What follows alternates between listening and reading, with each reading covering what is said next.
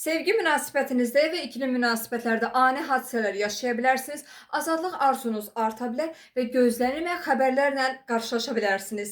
27 may tarixinə qədər göy üzündə Merkuri ilə Uranüs arasında qovuşma açısı aktiv olduğu üçün bu qovuşma açısından ən çox təsir alacaq şəxslər astroloji doğum xəritəsində 25, 26, 27, 28 və 29 dərəcələrdə Buğada, Əqrəbdə, Şirdə və Dolçada Günəşi, yüksələni, ay bürcü və planet yerləşimi olan şəxslər 27 may tarixinə qədər nələr yaşayacaqlarına dair bir nəzər yetirdiyimizdə ona deyə bilərəm ki, ani qərarlar ala bilərsiniz, zehniniz çox aktiv ola bilər, ünsiyyətdə biraz əsəbi davranışlar sərgiləyə bilərsiniz, təmkinli və səbirli olmağa çalışın, keçmiş travmalarınız ortaya çıxa bilər 27 may tarixinə qədər. İkili münasibətlərdə biraz krizlər yaşaya bilərsiniz, eyni zamanda sevgi münasibətinizdə və ikili münasibətlərdə ani bitişlər, ani sonlanmalar yaşaya bilərsiniz.